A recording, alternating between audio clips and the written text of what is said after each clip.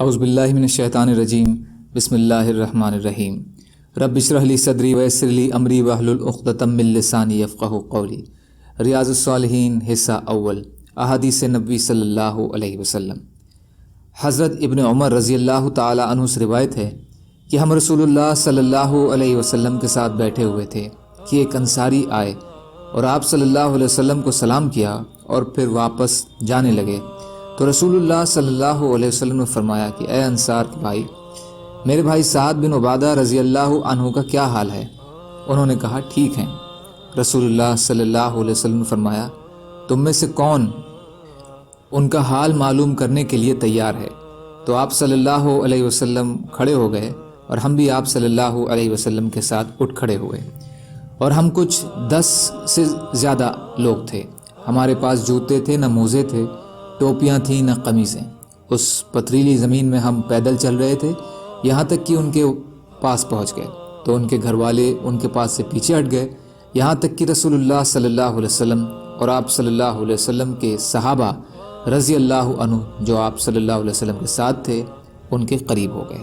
مسلم شریف۔ فائدہ پہلا تو اس حدیث میں صحابہ رضی اللہ تعالیٰ عنہ نے اپنی جو کیفیت بیان کی ہے اس کی مناسبت سے یہ بات صاف ہے کہ ان میں کتنی غربت اور سادگی تھی۔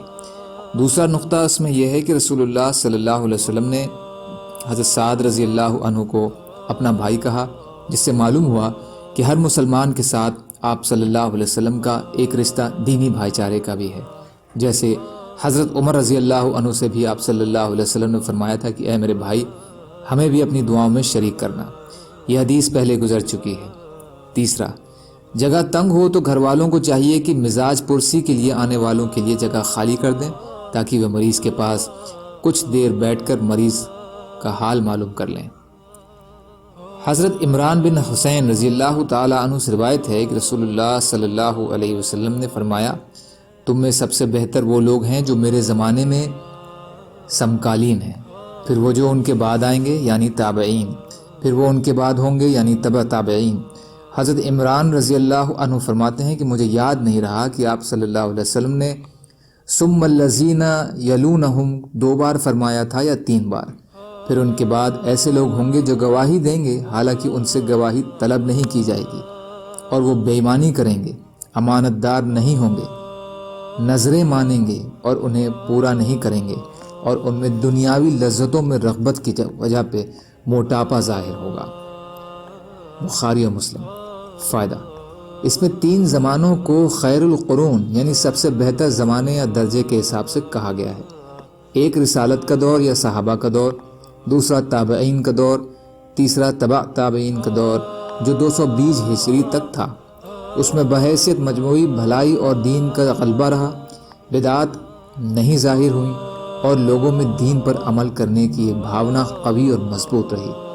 اس کے بعد دھیرے دھیرے ان تمام چیزوں میں کمی آتی گئی، یہاں تک کہ ہر آنے والا دور اپنے پہلے دور سے بدتر ہو رہا ہے۔ اس کے علاوہ اب عمل اور کردار کی کوتاہیوں نے جس طرح مسلمانوں کو کی حیثیت کو ختم کر دیا اور بدعات کو اور فقہی الجھاؤں میں بڑھا دیا ہے، اسلام کے روپ سنگار کو بدنما کر دیا ہے، یہ کسی سے چھپا نہیں ہے۔ اب مسلمانوں میں اسلامی اخلاق و کردار ہیں اور نہ وہ بھروسہ جو قرآن و حدیث میں بیان کیا گیا ہے۔ سبحان اللہ و بحمدہ، سبحانک اللہم بحمدک، اشہد ان لا الہ الا انت، استغفرک و اتوب الیک۔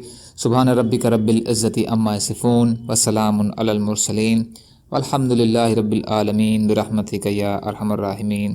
لا الہ الا اللہ محمد رسول اللہ۔